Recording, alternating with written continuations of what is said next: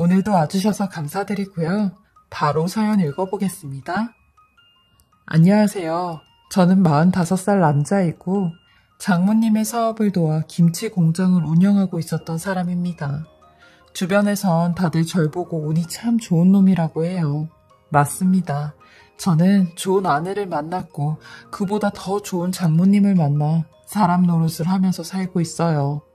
왜냐하면 저희 장모님께서 김치 공장을 크게 하시는데 제가 아내와 결혼을 하게 되면서 회사를 장모님과 함께 운영하고 있거든요. 저는 지방대를 졸업해 일개 벤처기업에 다니는 회사원이었는데 동호회에서 아내를 만나게 되었어요. 처음에는 아내의 집안이 이렇게 잘 사는 집안인 줄을 모르고 만났습니다. 왜냐면 아내가 일부러 본인 집안을 꽁꽁 감추고 있었거든요. 아내 말로는 예전에 만났던 남자들 전부가 본인 집에 돈을 보고 자기를 만났다며 거짓인 마음이 들통이 나면서 상처를 너무 많이 받았대요. 그래서 그 후로는 집안 얘기를 일절 안 하고 사람을 만났다고 했죠. 아내는 10평 남짓한 오피스텔에서 혼자 살았고 대중교통을 이용해 직장을 다녔어요. 그리고 연애하면서 장모님도 5번 정도 만났었는데 장모님 또한 항상 추레한 옷차림을 하고 계셨죠. 그러니 저는 당연히 아내가 이 정도로 부자인 줄은 몰랐어요. 그러다 결혼 준비를 하면서 알게 되었는데 장모님께서 그러시더라고요. 자네가 우리 딸한테 했던 그 마음이 제일 진심이었고 가식이 없어서 내가 허락을 한 걸세. 그러니까 결혼해서도 우리 딸 많이 아껴주고 사랑해주게 라고 하셨어요. 장모님에게 옛날 얘기를 들어보면 정말 힘들게 아내를 키우며 사셨더라고요.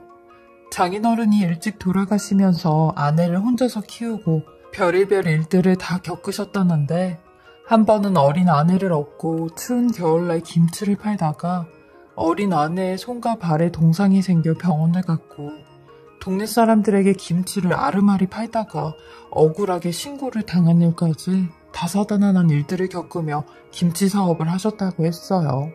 그러니 장모님은 지금 하시는 이 김치 사업을 후세에게 물려주어 가업으로 삼고 싶어 하셨어요. 본인의 피와 땀이 섞인 사업이었으니까요.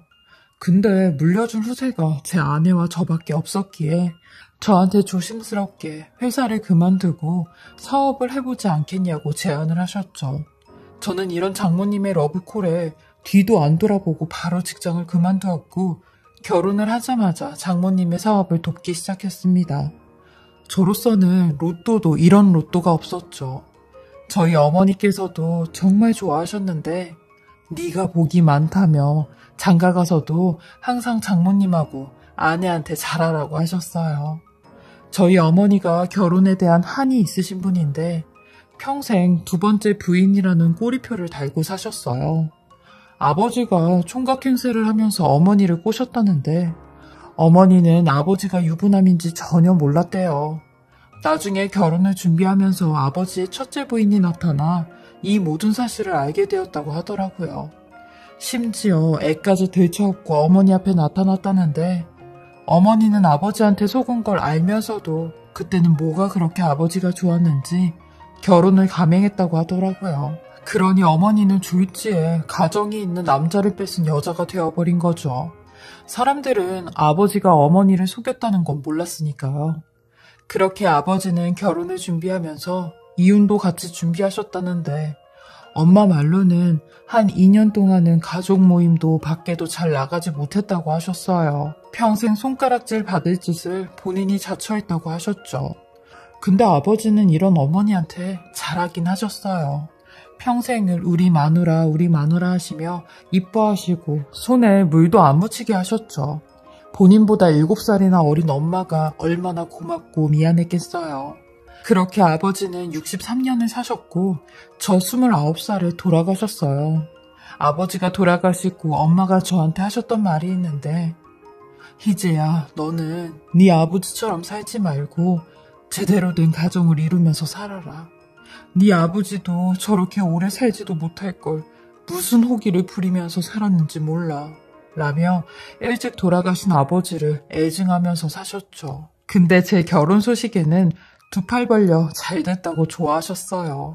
그리고 결혼하기 전에 장모님께서 직접 운영하시는 회사와 공장을 갔다 왔는데 제가 생각했던 것 그 이상으로 어마어마한 규모를 자랑했어요. 공장도 2개나 돌리시더라고요. 제 성격이 워낙 남자치고는 포부도 작고 야심도 없어서 뭘 추진하는 성격이 아니에요. 근데 장모님의 사업체를 보곤 어깨가 조금 무거워졌지만 왠지 모르게 자신감이 생기더라고요. 그렇게 저는 결혼 전부터 장모님 밑에서 일을 배웠고 아내의 도움으로 회사 경영을 시작했어요. 장모님은 딱 60이 되면 사업에 손을 댄다고 하셨거든요. 그때까지만 일을 하고 그동안 못 해본 걸 하시면서 평생 다녀보지 못한 해외여행도 다녀보고 취미생활도 하실 거라고 했어요. 그리고 손주들이 태어나면 손주들 재롱이나 보고 남은 여생을 편하게 보내고 싶다고 하셨죠. 그러니 저한테도 어차피 우리 딸하고 결혼할 거 일도 빨리 배우라고 하셨어요. 그래서 결혼 전부터 일을 배우기 시작한 거죠. 장모님은 일적인 부분에선 굉장히 엄격하셨는데 처음에는 김치를 만드는 재료부터 공부하라고 하셨어요. 그 다음엔 김치를 직접 담그라고 하셨죠. 그게 다 끝이 나고서야 경영을 배웠어요. 경영을 하는 데만 3년이 걸렸죠. 3년 동안 힘든 일도 있었고 자존심이 상하는 일도 많았지만 이것 또한 과정이라 생각하며 열심히 일을 배웠습니다. 그리고 그 사이에 저와 아내의 소중한 쌍둥이 아들들이 태어났는데 역시 저희 장모님은 손자들이 태어나자마자 저희 집에서 같이 사시면서 애들을 돌봐주셨어요.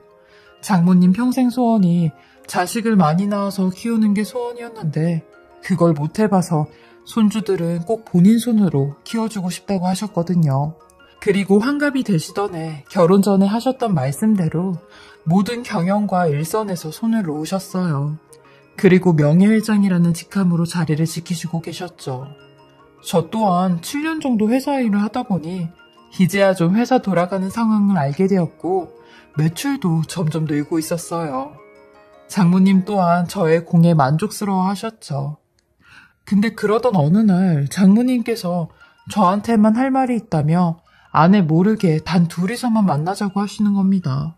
그래서 저는 장모님과 만났고 장모님께서는 다짜고짜 김서방, 이번 달부터는 내 월급 통장으로 800만 원씩 더 보내게.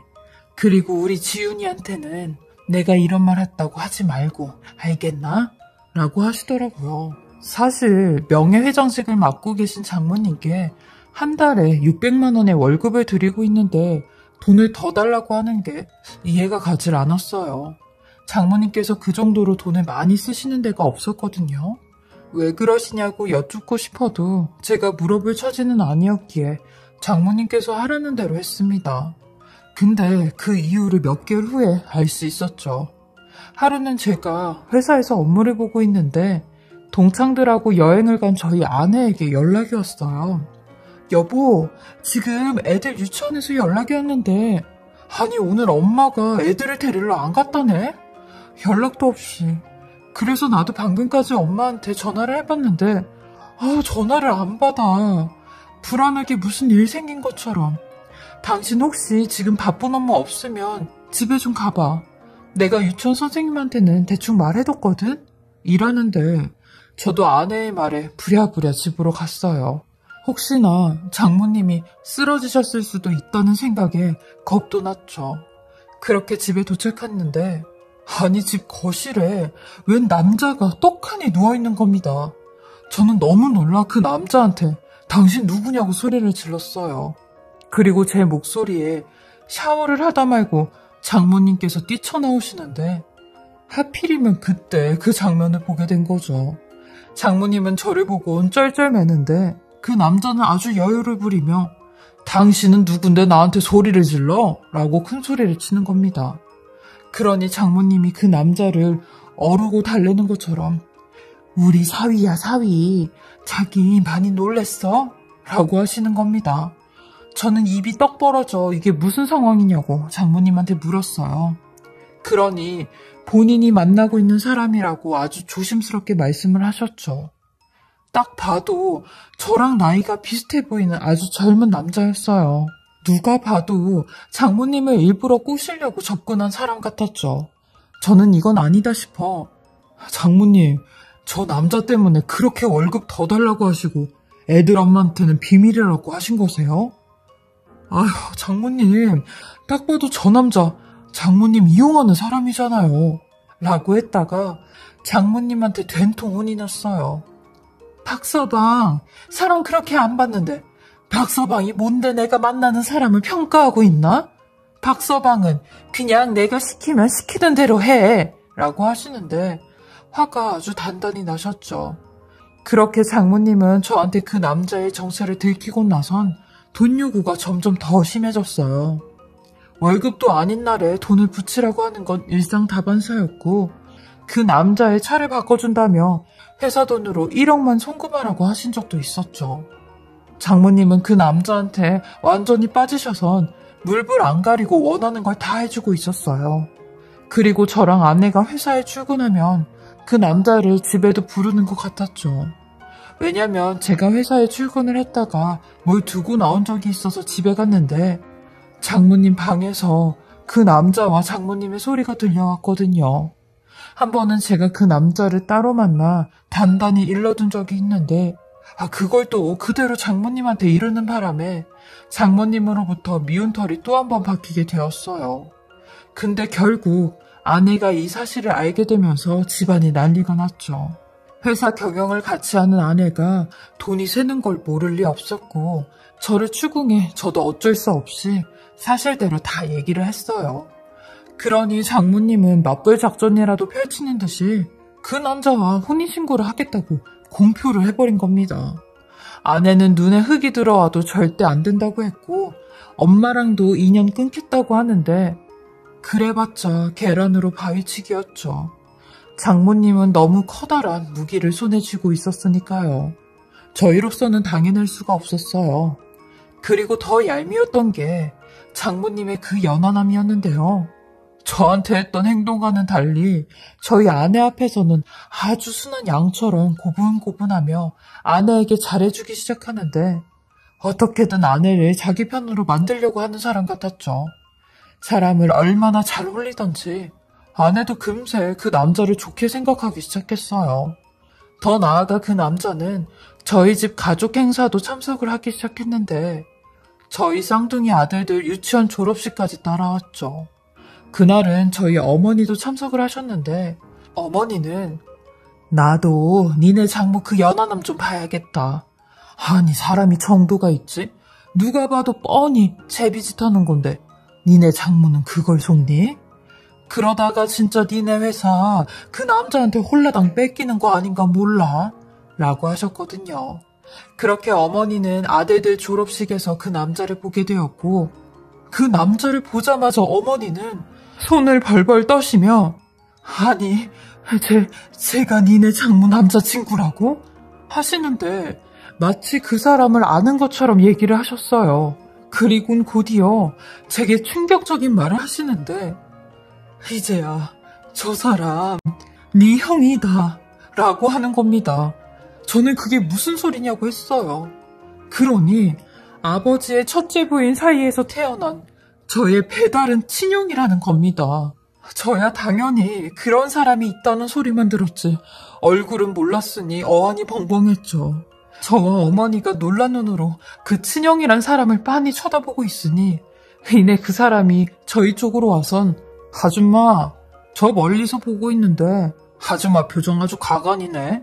나 알아보지? 못 알아보면 내가 아주 섭한데 라며 저한테도 야 니네 엄마가 옛날에 나한테 어떻게 했는지 아냐? 우리 엄마 아파서 병원비도 못 내고 돌아가시고 내가 내 아버지 보러 니네 집에 찾아갔는데 네 엄마가 그러더라. 여기가 어디라고 찾아왔냐고. 나를 아주 매몰차게 문전박대하는데 아니 우리 아버지 뺏어간 주제에 뭘 잘났다고 큰 소리를 치냐고. 그래서 나도 그때 생각했지. 너랑 네 엄마한테 아주 소중한 걸 뺏어간다고. 그래서 이렇게 니네 장모한테 작업치고 있다. 그리고 너 이혼까지 시키려고 하는데 저는 어머니와 그 남자를 번갈아가며 쳐다봤어요. 어머니는 얼굴만 새빨개지셔선 아무런 말씀도 안 하시는 겁니다. 제가 알고 있던 사실과는 정반대였죠. 분명 저한테는 아버지가 유부남인 걸 속이고 어머니를 만났다고 했는데 그게 아니었나 봐요. 저는 이 사실을 알게 된 이상 나도 가만히 있지 않을 거라고 했어요. 내가 장모님하고 와이프한테 당신이 내 친형이라는 걸 말하면 가만히 계실 것 같아? 퍽이나 장모님이 바로 헤어지자고 하시겠지 라고 하니 제 친형이란 사람은 아주 당당한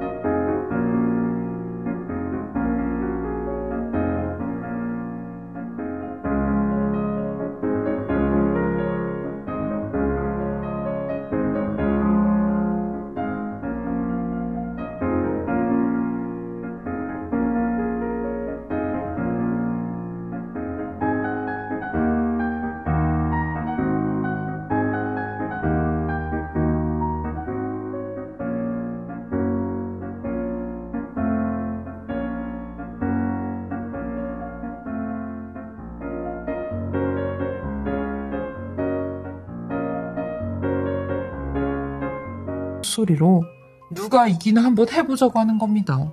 저도 그러자고 했고 그날 바로 아내한테 장모님이 만나고 있는 그 남자 사실은 내 친형이야 라고 말을 했어요. 그러니 아내가 얼굴색 하나도 안 변하며 다 알고 있다고 하는 겁니다. 장모님은 아예 이 사실을 처음부터 알고 계셨다는데 친형이라는 사람이 저는 본인을 모르니 그냥 모른 척을 하고 있으라고 했대요. 그러면서 와이프는 저희 어머니 흉까지 보기 시작하는데 내가 얘기 다 들어봤는데 어머님 너무하셨더라. 아니 어떻게 애 딸린 유부남을 뺏을 수 있으셔? 그 얘기 듣고 어머님 보는데 좀 달리 보이긴 하더라. 그리고 어머님이 그분이랑 그분 엄마가 시아버지한테 좀 도와달라고 찾아갔을 때 도와주지 말라면서 문전박대하고 소금까지 뿌리셨다는데 사람이 어떻게 그렇게 야박해? 라고 하는 겁니다. 저도 아내의 그 말에 화가 나 지금 누구 편에 드는 거냐고 했어요. 증거 있냐고. 우리 어머니가 그랬다는 증거 있냐고 하니 저희 싸우는 소리에 장모님이 되려 저한테 소리를 지르시며 어디 내 딸한테 큰 소리를 치냐고 하셨어요. 자네 어머니가 잘못한 거 얘기하는데 그게 뭐 틀렸냐고 하셨죠. 이건 뭔가가 잘못돼도 한참을 잘못된 것 같았어요. 완전히 제 친형이란 사람한테 넘어간 것 같았죠. 결국 장모님은 친형과 혼인신고를 하였고 저희 회사까지 대표로 들어앉게 되었어요. 그러면서 저한테 하는 말이 다음엔 네 차례다. 내가 너 이혼시키겠다고 했지? 라고 하는데 그 말을 듣자마자 온몸에 소름이 다 돋았어요. 저 사람이라면 정말 그렇게 할 것만 같았죠. 저는 이렇게 된 이상 어떻게든 아내 곁에 붙어 있으려고 했어요. 근데 그러면 그럴수록 친형은 장모님 뒤에서 장모님을 조종하기 시작했고 저는 장모님에게 미운 털이 박히기 시작했어요. 저는 이런 장모님에게 어떻게든 점수를 따려고 했고 저희 어머니의 과거를 만회하려고 하다가 무리한 투자로 회사에 막대한 손해를 일으키게 되었어요. 결국 아내가 저한테 이혼을 요구하더라고요. 제 발에 제가 걸려 넘어진 것 같았죠. 제가 이혼은 절대 안 된다며 강경하게 나가니 이혼 소송까지 걸더라고요. 어머니는 이게 다 내 탓이라며 내 잘못이라고 가슴을 치고 통곡을 하시는데 제 이혼 소식을 듣고는 스트레스 때문인지 대장암까지 걸리시게 되셨어요. 저는 양육권도 가지고 오지 못했고 재산 분할도 절반을 받긴 했지만 와이프 명의로 된 재산은 별로 없었기에 많이 가지고 오지도 못했죠. 한 달에 한 번씩 양육비는 줘야 했는데 40살이 넘은 제가 어디 취직하기도 어려워 막노동을 하며 양육비를 주고 있었어요. 그리고 어머니와 함께 살면서 하루하루를 술로 마무리하고 있었죠. 그러던 작년 결국 온 집안이 풍비박산이 나고야 말았습니다. 제 친형이라는 인간이 회사 돈을 횡령해 노름을 하다가 빚까지 지면서 회사가 날아가게 되었고 장모님과 아내는 거리로 내앉게 된 겁니다. 그러면서 친형은 회사 돈 횡령으로 3년 6개월의 징역을 선고받았고 장모님과도 이혼 소송 중에 있다고 했어요. 아내는 울면서 제 탓을 하는데 저도 어이가 없어서 이게 왜 내 탓이냐고 했어요. 친형을 선택한 게 당신이랑 장모님 아니냐고 하니 우리 집에 니네 두 형제가 들어온 게 그게 제일 잘못이라고 하며 왜 하필이면 우리 집이었냐고 하는 겁니다. 그래서 현재는 쌍둥이 아들들은 제가 보고 있고 아내와 장모님은 어디 월세방을 얻어 식당에서 일을 하고 있는 중이라고 했어요. 사람 인생이 꼬인다 해도 이렇게까지 꼬일 줄은 상상도 못했는데 도대체 제가 무슨 죄를 지었길래 이런 벌을 받고 있나 원망을 하며 사는 중입니다. 저의 기구하고 기가 막힌 이야기 들어주셔서 감사하고요. 제 이야기 들어주신 모든 분들 건강하시며 행복하시길 바라겠습니다. 지금까지 커피앤톡이었습니다. 오늘도 제 채널을 봐주셔서 감사합니다.